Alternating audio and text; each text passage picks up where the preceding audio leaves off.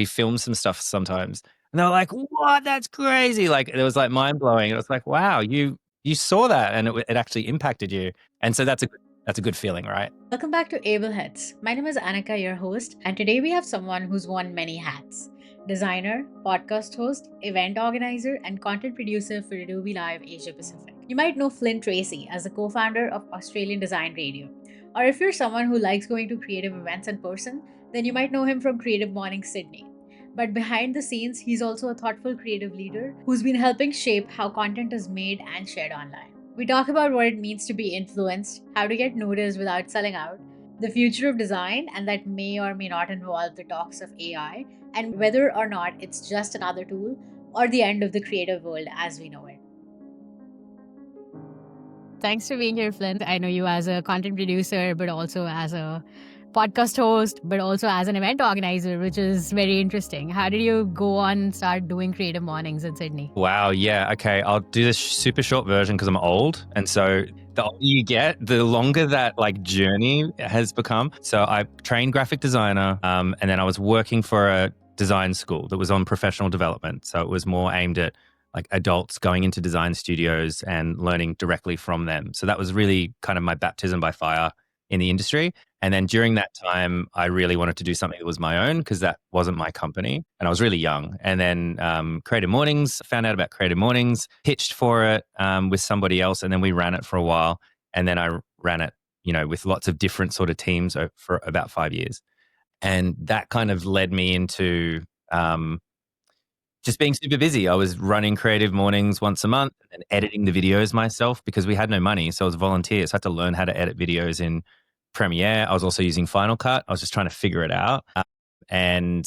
Figuring out how to run events and, standing up in front of a group of people and presenting and talking and getting speakers and stuff like that. I was ultimately made redundant from that company. It ended up collapsing the design school, which is very sad because I helped build it from scratch. But that led me to a massive reckoning, which was, okay, I have to redesign myself. What that I've been doing, because I was doing so many different things, what do I really like? And what do I want to kind of, without being too cliche, brand myself as? So when I reinvented myself, so took down my LinkedIn, took down my Instagram, took down everything, scrubbed the internet as best I could of what I was saying I did, and then turned that into, hey, I'm an event manager. Like that was the closest thing I could get.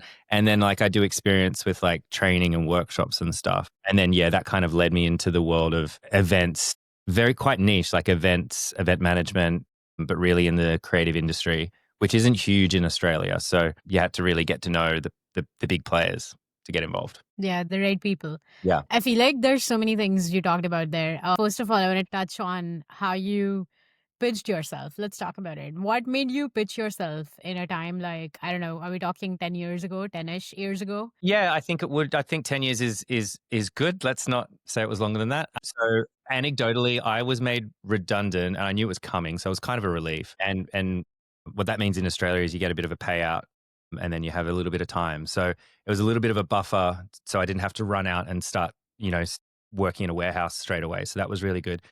My wife was made redundant the week before from her job, and my fiance, and we were getting married a month later. So we had the most, and we both had experience in event management. So we had the most well-organized wedding you've ever seen because we had no job, but it was terrifying. Like we were really scared at our wedding because we're like, great, this is like this really exciting day. And both of us were jobless. We're spending all this money on a wedding. And so we didn't do a honeymoon or anything like that. I worked the day after our wedding hosting an event because I just had to take every opportunity that was available.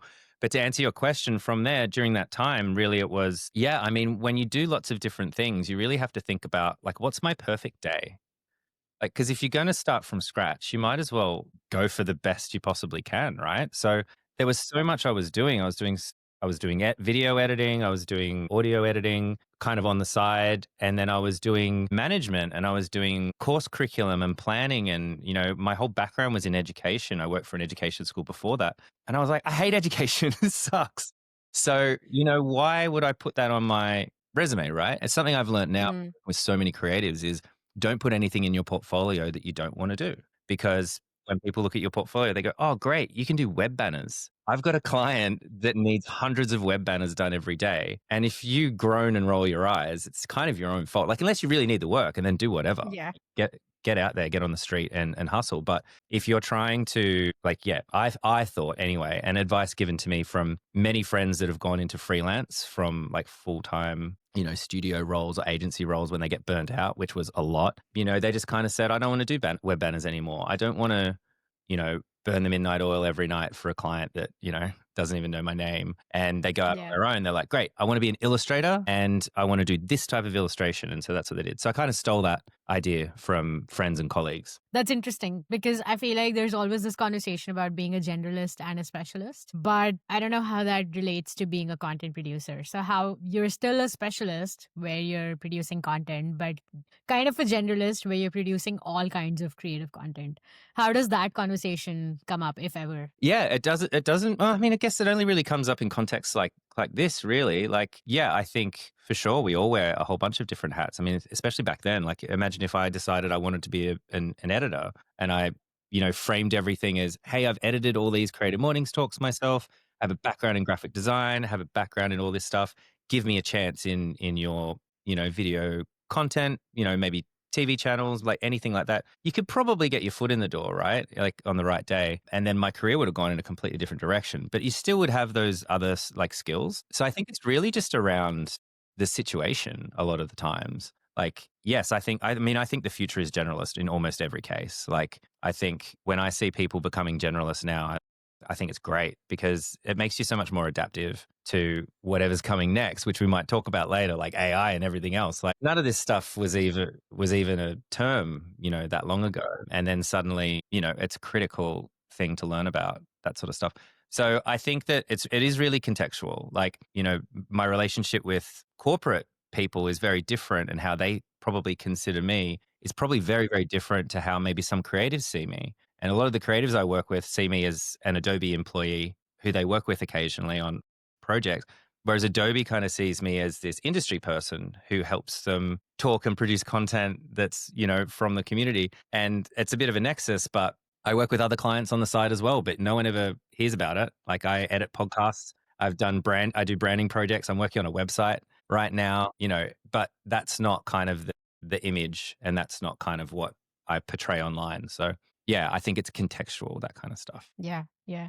I agree. I think being a generalist is also when you're looking for work, it's nicer. I recently was at a portfolio review and I talk about this a lot. I love meeting those next gen creatives because they have so much inspiration and so many new things to learn from for me personally as well, where it doesn't feel like I'm mentoring them, but I'm also gaining something from that relationship. Okay. And then over there, they asked me these questions about being a generalist or niching down. And I always feel like this conversation is classic, let's talk about it. But being a generalist kind of opens up your avenues too. So if you're looking for work, it's a nice way to go about it. But also, even if you are a specialist, you need to know all of these things. It's almost absolutely necessary nowadays. It's like one of those conversations where you're like, hey, I just got out of school, but do you have 5 years of experience? Right. Yeah. Yeah. Yeah. Entry level job, 5 years experience. Yeah, totally. Yeah. Yeah. It's easy. I think that kind of ties into the conversation where if you're an illustrator and if you have to share your work online, how do you share it? Are you a designer? Are you a social media strategist? How does that work? So I feel like with like so much content online, I want to know how do you maintain the balance of it being actually strategically good and sane in line with your goals, but also trendy, if I may. I've been running my own business. I'm technically an agency. So my relationship with my clients is I'm an agency. So I'm a proprietary limited, which is like a limited country for US folks and American folks. And, I've had that for almost 10 years now. I don't have a website because I don't need one because I really set it up to work with a particular client, and then I've just kept it. And so every year I get the domain renewal thing. I've spent $1,000 on this domain, but I've just never spent the day to like set up a, basic website because I don't need the work yet. But I always think, oh, next year I'm gonna lose my clients and I'll need to set this up and make everything look good. And I just kind of haven't really needed to. And if you look at my Instagram feed, like please don't, because I just don't tend to that garden very much. And it's really just justifying time. And I used to spend a lot of time on Twitter engaging with the community. That's where it was a big deal. Like, again, kind of 10 years ago, all of my industry friends were on there. All of our conversations were on there. Like, all the drama would happen on Twitter. Like it was like a big deal. And I was like, Instagram, who cares? I don't have an Instagram, a Twitter account anymore for reasons that people could probably guess. And so that just kind of went away. And I just look at, I don't have the drive to, or I can't really justify the time to kind of put in the energy that it would require right now to have that really, beautiful curated kind of feed and everything like that. Just because there's no end goal there for me Yeah. right now. Yeah. If that makes sense. Like, whereas I see so many like illustrators, designers, and everything, and they've got these beautiful like feeds, and I'm like, oh, maybe one day. But then I think that's just not something I can really justify spending a lot of time on. Yeah. Yeah. No, I've been guilty of trying to do that and then quitting halfway through and then restarting 6 months later. And that's So hard. I'm still stuck in that loop. It's I'm so still stuck hard. in that loop. There's content planning, there's filming, there's recording, there's editing. And then if something goes wrong, there's reducing it all over again. It's just so many things. But going back to your website, I just realized you have a top tier domain. I see why you said you spent so much on it. But that's cool. I wanted to get Anika.com, but I could never get it. It was like $3,000 or something. And I'm like, yeah, I'm not doing Oh, this. you mean like FlynTracy.com website? Oh no, that's fine. That's been a placeholder for forever. No, that's actually really cheap because I got that so long ago because I'm so old that it wasn't premium back then. And if you got it back Mm, then, they can't jack it up. So I'll sit on that forever. yeah, yeah, I yeah, went to get a domain for a client the other day, and it wasn't even that fancier domain, and it was like $7 million US to buy the domain outright, and then like yeah. $5 a year after that. So it's just insane what's happened. So yeah, but thankfully there weren't any Flynn Tracy's around when I registered that. Yeah, no. We've got an advantage with unique names over there. Yeah, I was recently talking to someone and they also had a $5 million deal on that's the great. table for a top tier domain. And I'm like, wow, that's crazy. But I guess that kind of ties into your brand where this is my brand and this is how you know me, this is my domain. And if you look that up, it's easy. It kind of reminds me that of that conversation about your logo being memorable almost where hey, my email ID is anika@hey.com and you can just reach out to me because I have a complicated name. I feel like that simplifies things so much. And having a domain is like part of your identity. And we're totally straying away from our topic of conversation, but I love it. Yeah. So how did Creative Mornings and then Australian Design Radio and then now Adobe Live APAC, how does all of that tie in? Sure. And again, I'll give you the short version because there's like a big chunk of my life. Yeah. So we're doing creative mornings. Lost my job at the design school, made redundant, and started going out. I stopped doing creative mornings at the same time because they were kind of integrated. The design school, there was a space, it all made sense. I handed that over to somebody else, Nicole Velek, who's still running Creative Mornings Sydney. She's been running it longer than I ever did. So that, massive shout out. She's done a much better job. And then, yeah, it was like all this stuff that I was spending all my free time, all my spare time, not weekends, but Monday to Friday. Like we were doing training sessions in the evening and everything. So it was quite refreshing at the same time. But I had to get out and try to figure out other things that we were doing. We'd actually started Australian Design Radio with someone else that worked at the design school, a guy called Matt Leach, who funnily enough works for Canva now. So he works for Canva and I work for Adobe. And yeah, we were maybe 30 or 40 episodes down at that point.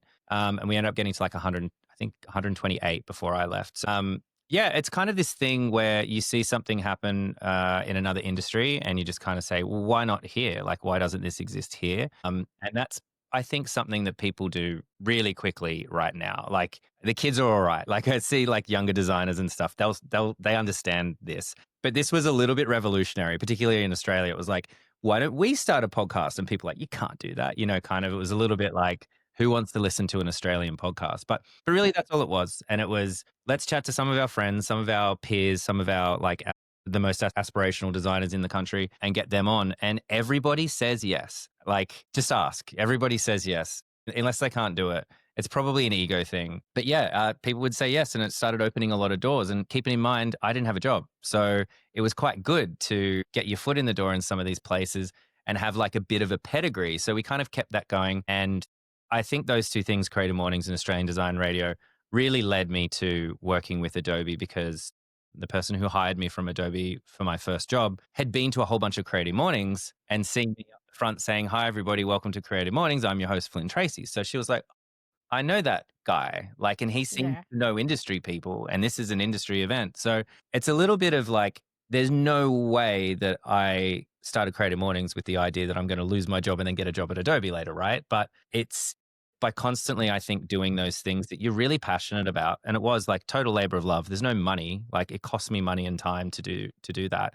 And Australian Design Radio never made a cent, no monetization. We were sponsored to the second half, but I just left the money in the account. We just spent it to help us get to design events and buy new equipment and hosting and stuff. But yeah, a lot of that kind of in combination like led to, oh, this person's probably legitimate. Like they seem to be talking the talk, right? Instead of like a random email. So that led me to my first work with Adobe.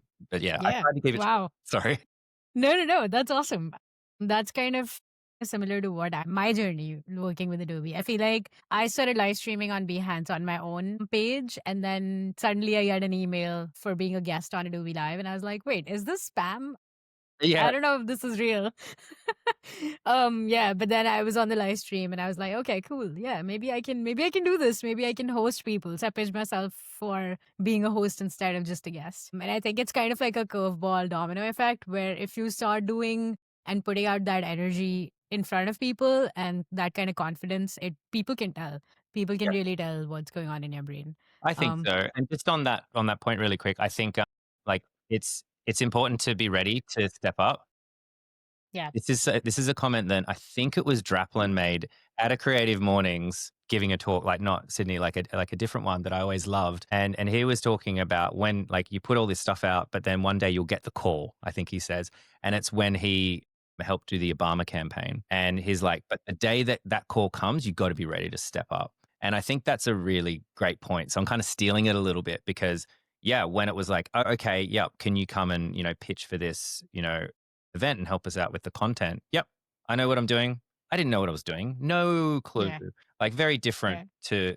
to, but you just got to kind of, that fake it till you make it thing. Like, but you just got to have that confidence to step up to go, okay, cool. This is the opportunity and don't rush it. You kind of got to think about it like you're planting seeds, right? You're tending your garden and then eventually you'll look back one day and everything's grown and you're like, okay, here we are. But if you rush it, it's never going to happen. Yeah. No, I completely agree. I think the fake it till you make it is true to an extent, like 80% of the times. And then those 20% is somehow just lost in the sauce. I don't know. I don't know how that works, but it does I happen. know what you mean. Yeah. So when it comes to live stream, and in-person events, how do live streams kind of work? Because that content stays on the internet forever. And I feel like that is such a weird ask where you ask someone to produce content online that stays there forever. How do you not let it age? I think it does age. Like, I think like the type of live streams that we do, I think some of them do date. Like we think about, different types of content. So we think about like how-to content and then we think about like discovery kind of content. So it's like, oh, here's Anika. This is who she is. This is what she does. And it's a little bit more timeless. And, we've experimented with different types of content and there's stuff the audience wants now. There's stuff that'll live on, in the future for a very long time. And it's really just a hodgepodge of all those things. Like I looked back to one of our clips because we're going through a how-to phase right now. So I'm asking creators, can you come on and do really how-to stuff, really step by step? There's been a lot of updates in a lot of the apps. We need to kind of refresh. And kind of every year, you kind of really need to redo that because there's a couple little tools and you look at the video and you're like, this is how to illustrate in digital design in Photoshop from 2023. And then you're Yeah. kind of halfway through 2025. You might not even click on that video because you might think, oh, this is old. So we sort of have to redo the content in that sense. I still really love the discovery stuff, but it's such a heavy lift these days to kind of say, hey, this is what a live stream is. This is the equipment we need. And preparing them, usually it's like 10 times the amount of work of getting someone that's done a live stream even once before back on. So we really have to balance the return on investment really, because, my client is Adobe and I don't have a lot of money and I need to, spend it wisely. And I always just think about it a bit like a business in that sense. So I like to do different pieces of content, but yeah, the how-to stuff does age. Whereas I think the discovery stuff, like we've got some videos that I think there's the first one we did with James Barnard or something like that has like 10,000 views or something because it was kind of right at the height of him becoming like a household graphic designer name. And I think Yeah. 20 Designers. designers, yeah, exactly. The thumbs and everything. Yeah. And he does it in Yeah. both the clips. And I think that Google just recognizes that that's something that people enjoy watching, and it Mm, hasn't aged even though he's doing techie stuff because of his yeah. fame. Yeah. And yeah, so I guess the answer is that a lot of it does actually age, but that's not the point. We're really after that first live bit and then the first week, and then it's kind of we're moving on to the next one. That's so interesting because that kind of makes me think about how people talk about repurposing their content for short form videos now, Yeah, where you're almost sort of repurposing not the content per se, but what you're going to do in that live stream. Well, I guess that is content, but it's still new content. When people talk about repurposing, it's still the same content just presented in a different way. I guess we're repurposing on YouTube too. totally. Yeah, that's interesting. So what do you think of short form videos? Do you ever produce any of those for social Oh media? my god, yeah, it's such a. I mean, as you were saying that, like, it's kind of nails on a chalkboard to me because since maybe 2022 or something like that, we're just constantly trying to figure out how to turn all of the Adobe Live content, like the best bits, into short form content. That's totally what you should do. And I've come to the conclusion that it's not cost effective to do it that way.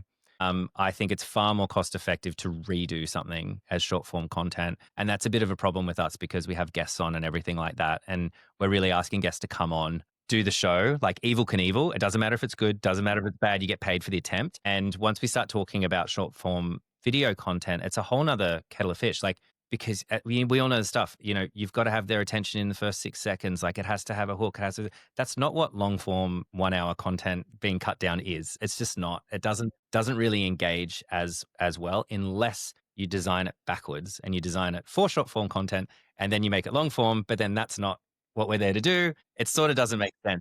You can tell I've gone through this like whiteboard, Yeah. multiple marketing teams with like, unless you spend a fortune on it. And then at the end of the day, honestly, you're just better off saying, hey, Anika, can you do a short form video version of our live stream and just do the best bit? And we'll pay you a little bit of money. You'll be so much better off than you would be trying to cut down something so long. But yeah, that's my insight into short form. No, I agree. I think I've done that in the past where I've gone back and edited some videos. I work with a YouTuber and they just make long form videos and they typically want me to cut down those to make short form for YouTube Shorts. And I tell them the same thing. I'm like, it's much better remaking this in less than 5 minutes because you're so good at it. You're just going to record it so easily and quickly instead of me sitting down and thinking about the hook and all of those things. But I guess now I'm talking about Riverside. That's where we're recording now, but also even Adobe Express.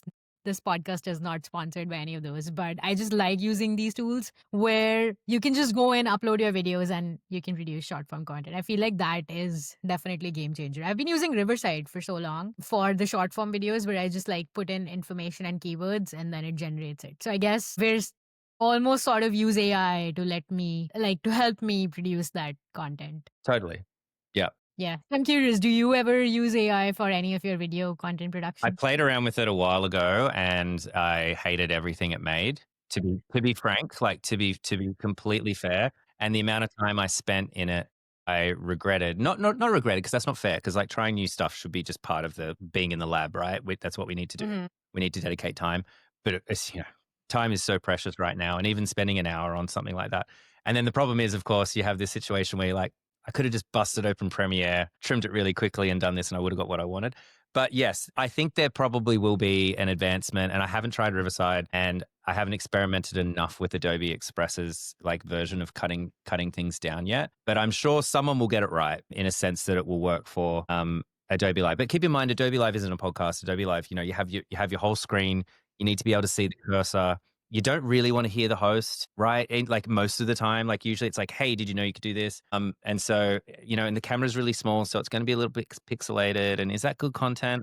And hang on, am I a studio that's producing on-demand content now, or should I just get back to doing more live streams? So it that's the conundrum I get in. If I could press a button and they would make it and they were great to my standard and also Adobe standard, like, because I do have to kind of consider that I'm representing Adobe a lot of the time. So the Hmm. is really important because the last thing you want to do is produce something and then someone super senior at Adobe says, whoa, like what's this lunatic in Sydney, Australia doing with this crap content that represents us?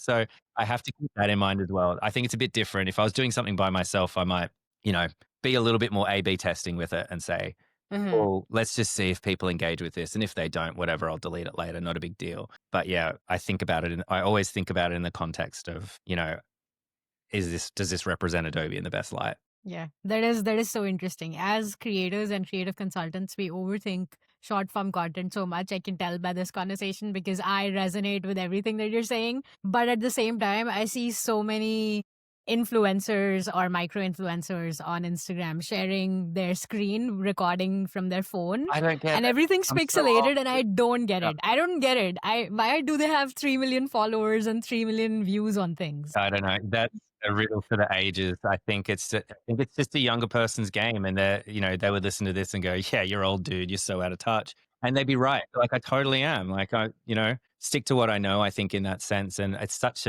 a skill, and there's obviously value in it seeming like, hey, I just pulled my phone out and you're with me, and then it goes away, but it's hard to keep up with them kids. I don't know if it's very fun to watch. Re- I don't know if I guess like the idea of it is not to provide so much value to things. It's to engage people. It's like because content is so much. If you can engage people in that sense, I guess you've done the job. So the first 6 seconds, if you are looking at the camera and if you're doing all of those things that the camera is just popping over and you're just taking there's like a jump cut to something to your screen and then you're just taking yourself there. I guess that makes sense. Maybe that's it. Yeah, you just got to get that 6-second algorithm. You're hooked, and Yeah. I'm committed now. I need to watch the end, and I don't know. Yeah, that's a whole nother thing. That's a social media like experts kind of I don't Yeah. know, job. Do you find yourself getting influenced ever on Instagram or wherever? I mean, yeah, I think we all do. I think with design, there's not a ton, like, unless it's new tech and new technology and stuff like that. There's not usually a ton of new stuff, like, really, unless someone does like a really beautiful branding project or something, or digital illustration. I follow a lot of illustrators just because we have a lot of them on Adobe Live and at events and things like that. I follow them, and it's almost depressing because it's like, oh, it's beautiful. It's like, oh, I'll never be able to do that. But I have an appreciation for it. But like everyone, like my algorithm's just a hodgepodge of like politics and memes and Simpsons memes and American politics, Australian politics, and stupid videos and stuff like that. I think in terms of influencers, like it's always been I've always had a funny relationship with it, and I work with a lot of influencers. Influencers. I hate the term. Like, Yeah. you know, Influencers and content and repurposing. I yeah, get it. So when you say you've worked with influencers, how does that work? Do you approach them? Do they pitch themselves? How does that relationship? right. Okay. So for Adobe Live and I work on Adobe Max, which is the big Adobe event. So I've worked on Adobe Max since COVID, since it went online, because before it was primarily a US based event, and it was just this beautiful, massive, huge event. And then it went online and it all had to be redesigned. So they needed people in every region. So my relationship is being a bit of a conduit to the design industry and basically the creative industry of who might be a good speaker. And every year it's been different. Like the first year it was really, who do we know that can deliver in these different areas? We need a photographer, we need a graphic designer, we need an illustrator. It all needs to be digital. It all had to be recorded. Anyway, it was a whole thing. And then each year it's been a totally different kind of project and different approach. But generally, yeah, I will keep an eye out periodically, like every day, looking for new designers, looking for new creatives. And there are always, like, it's not like you run out because people redo their portfolio and get out there, and people move countries. James Barnard didn't live in Australia in 2022. And I think I could be getting that wrong. One year he didn't, and then one year he did. And then we've been working with him ever since and being like, yeah, he's from Asia Pacific. So he kind of falls under our zone. So yeah, I try to just periodically keep an eye out, usually on Instagram. I just can't do TikTok. So again, showing my age, but and generally just see who's creating content. And I usually screenshot. It's so terrible. I screenshot them, and then like one day I'll sit through and go, oh, I should go through all those screenshots and like punch them in and actually kind of go through and properly look at their portfolio. Why did I screenshot this person? Like, That's gonna be my next question. What makes you screenshot people's profiles or yeah, portfolios? I mean, I follow pretty much everybody because I've got no problem with someone, and I might look at their work, and it's all subjective, but I have been doing this kind of thing for a long time. So I guess just to get an insight into this, is I'll just constantly follow everybody, like follow people that I don't think are there yet for anything that I do. But sometimes they get there and it's really quite interesting because you're like, I recognize this person's work and wow, look how good they're getting. And that's actually gold. So that's exactly what I want because there's the established people that you can find. That's easy. You want to do a creative event? Google South by Southwest, who spoke at Adobe Max, like who spoke at Design Summit, who spoke at, like you can just go through and go, what, ask ChatGPT, who are the top, whatever. Like you can make a list really quick, but there's no substance and there's no value in that. Like your client could do that. Adobe, of course, Adobe does that. They have a list, a massive list. So what am I bringing to the table is sitting on my couch having a glass of wine when I'm supposed to be watching, something with my wife or helping put the kids to bed and going, cool. There's an illustrator from Philippines who looks really interesting. Screenshot. And then a month later, I'm like, "Oh, actually, I think they would be pretty good for Adobe Live. Oh, look, they Mm. do Fresco. Great. Hey, I might reach out and just see if they're interested." And then usually, that's kind of generally the path. And sometimes there's more established people who are like, hey, we want to reach out to them and we go through like an agent or something like that. But yeah, generally it's a really long, I think I spoke before about like you can tell I'm really into plants. Yeah. Like this idea of just over time when the time is right, like this person will be ready. And we've called them rising stars before internally at Adobe, and they've been the best. Like because people don't really know who they are. You know that they're on this like rocket ship, like to fame Mm. and then you've got Mm. them right at the start. So they haven't done 10 talks for all the other places, then they come and do yours and it's the same. They put in the effort, they're brand new to most people, and often you are the event or the catalyst of, oh my gosh, I've been asked to speak at Adobe Max. Now all these clients are coming after me. Now this, I've made it, right? And you can actually do that. We've done that for a bunch of people. And it's really cool and it's really fun. It doesn't always work, but they still often put in a lot of effort into their talk, which makes it interesting for the audience. Yeah, yeah. It's a whole different perspective that people who've never done it before bring and people who've done it before bring. I Totally. feel like I'm from category A where 3 years ago I hadn't done a talk and the same year I was doing two talks and I was like, oh, this is interesting and what do I bring to the table there? Well, you've done a bunch So of talks yeah, for us now. I mean, how many have you done yeah. in total? Um I've done the last 3 years at Max Yeah, virtually. yeah. Yeah, yeah. And you'll probably do this It's year too, been probably. Probably. Fingers crossed. Yeah. We'll see. But circling back to the impact, I guess what I'm curious about now is that we've gathered speakers and we've gathered a repository of all the people that we like Mhm. and the rising stars. But how do we kind of measure the impact that we are creating with the event beyond the turnout or beyond the people signing up? What's the ROI on that? How do you measure that? That's a good question. I mean, I think as you know from an individual speaker perspective, and I'm just talking about Adobe Max, and there's probably stuff I can't talk about. So I'll just talk about a couple of things that I know I can talk about. So yeah, really is that the speakers are given feedback. Have you ever read your feedback? Yeah, you get like, Yeah. right? Yeah, you get actual feedback. So Yeah. after the event, if anyone here is listening and has been at Max and filled in a form where you have the comments go. I think most years, maybe there was one year it didn't, but most years the comments go like to the speakers, the good and the bad, and sometimes people are like, oh, like the coffee was terrible. Yeah. God, there's supposed to be feedback for like, was the speaker engaging? Did they answer the topic? Did you get what was advertised? Are you disappointed? Are you happy? Are you sad? So yeah, so there's that kind of general feedback. They're always just really funny to us because sometimes speakers will send it back and be like, what is this? I'm like, sorry. And so there's like a bit of like it's a star system as well. Like, is it 5 stars? Is it 1 star? There's that kind of system. There's 100 different ways it's measured internally that I just won't talk about just because I don't know if I'm allowed to. But it's, in general terms, impact views, as you can imagine, really focused around, and I'm talking about online, it's really focused around, was this a successful event? And then there is a big review as well in terms of online feedback. So usually I work on tracks, like the different sessions, individual sessions and the content there. And guess what I'm interested in? The content, the feedback on the content. Did the main thing did they deliver on the title? Because it can be quite hard because the titles can be quite really difficult to write, actually. I think we've Yeah. gone back a bunch of times because Yeah. sometimes someone over at the other end, like all the way at the event team is like, oh no, this is bad for SEO. Like no one's going to find it. Mm. And you're like, yeah, but it has to say that, like, and you can really try to spend a lot of time writing a couple of words just to get it right, to kind of make it make sense on that side, but also make it make sense to someone that's watching it online. And then I won't get into the details, but like language is like a bit of a flow. Like branding to me might be a little bit different to what someone might mean branding in Germany. Like there are Mm, subtle differences. It's like, but they might be like, this had nothing to do with systems.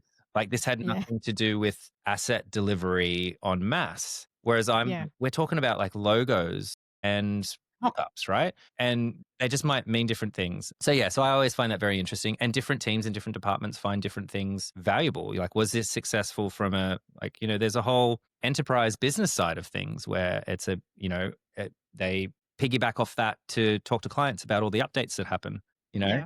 Like Yeah. there's you, the individual as a user, like was that update to Fresco what you really wanted? And then there's Mm, also like a whole thing of like, was that update to Fresco really what Bank of America wanted, you know? So as you can imagine, as a big company, there's lots of different tons and that probably thousands yeah. of different variables. But yeah, That gives me a fresh perspective on right. how to manage my next talk.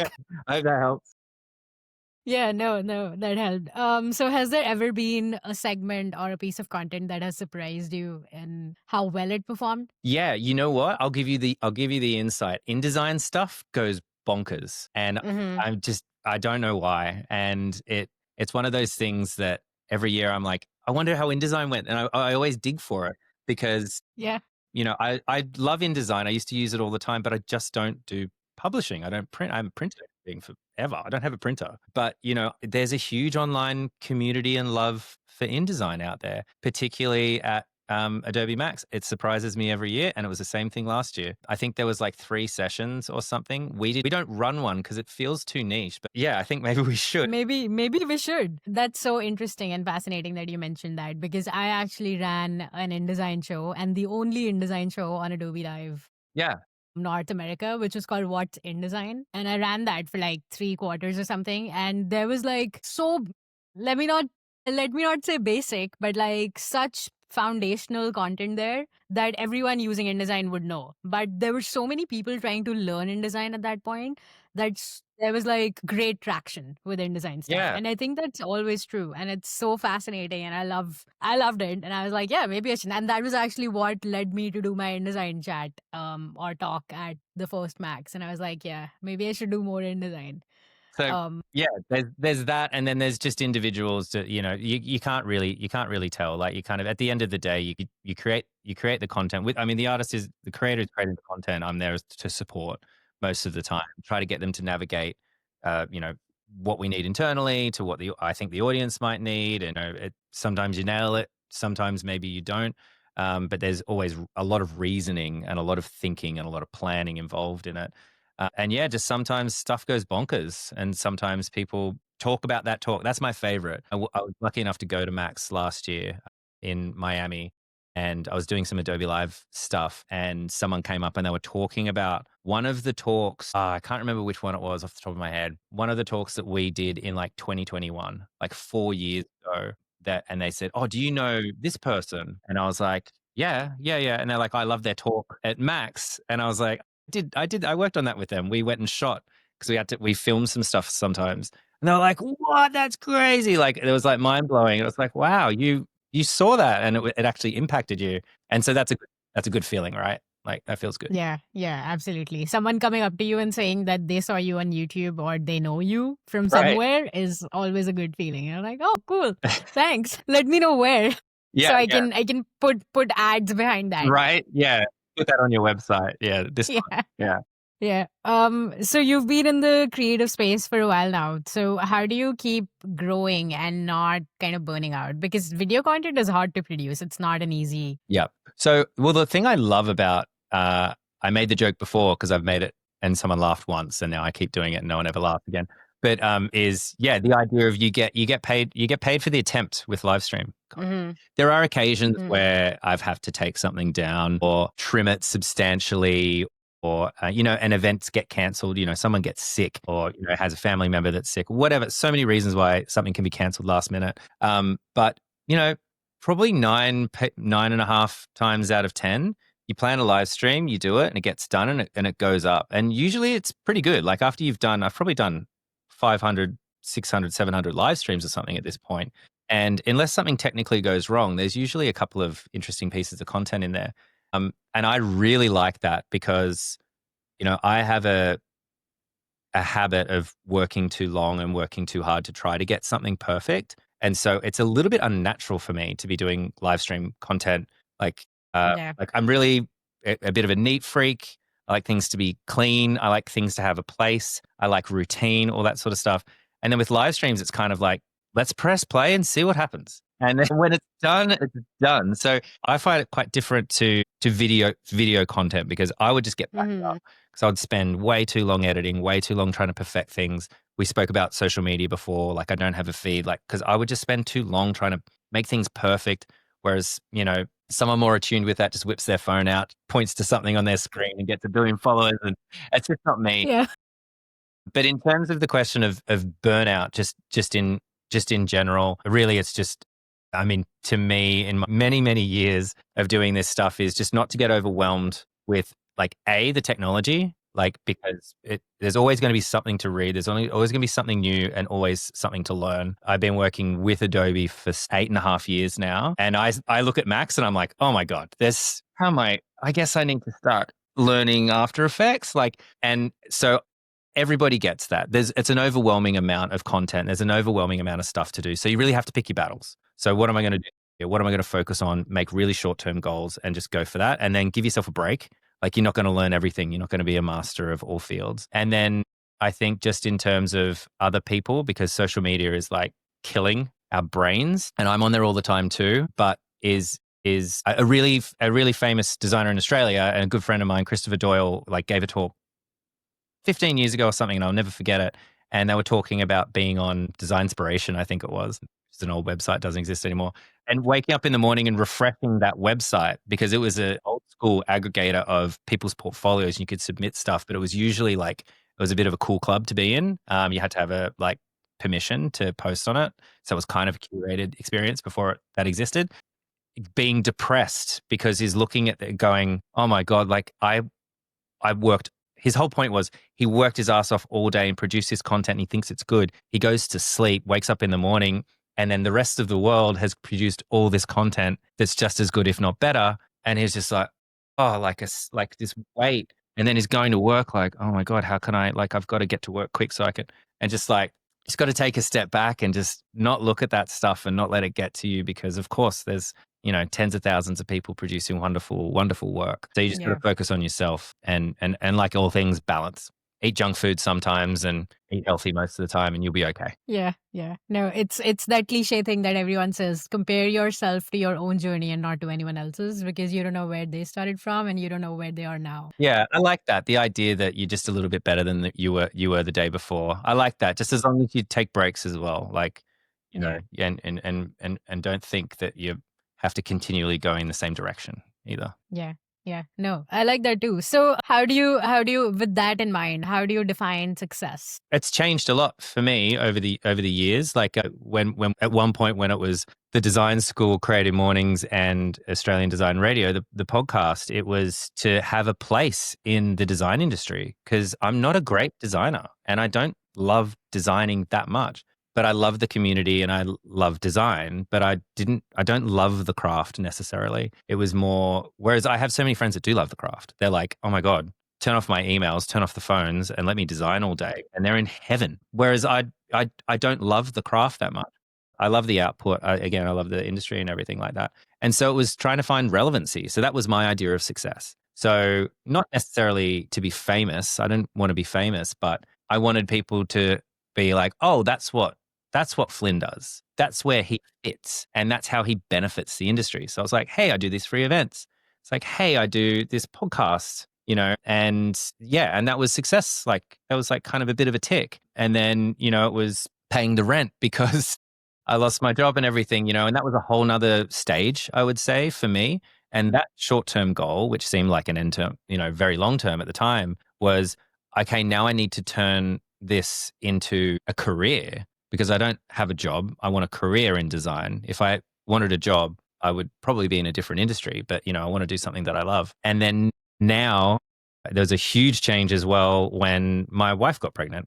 Then it was like, now it's like a 30 to 40 year plan. And it's all, it's a cliche. And anyone that doesn't have kids is probably rolling their eyes when anyone who does have kids does this stuff. But it just completely reframed everything. So it's like, oh, okay, I can't just work really hard. I can't just do private projects that I want to do. I can't say to my wife, I'm going to start another podcast because, Mm-hmm.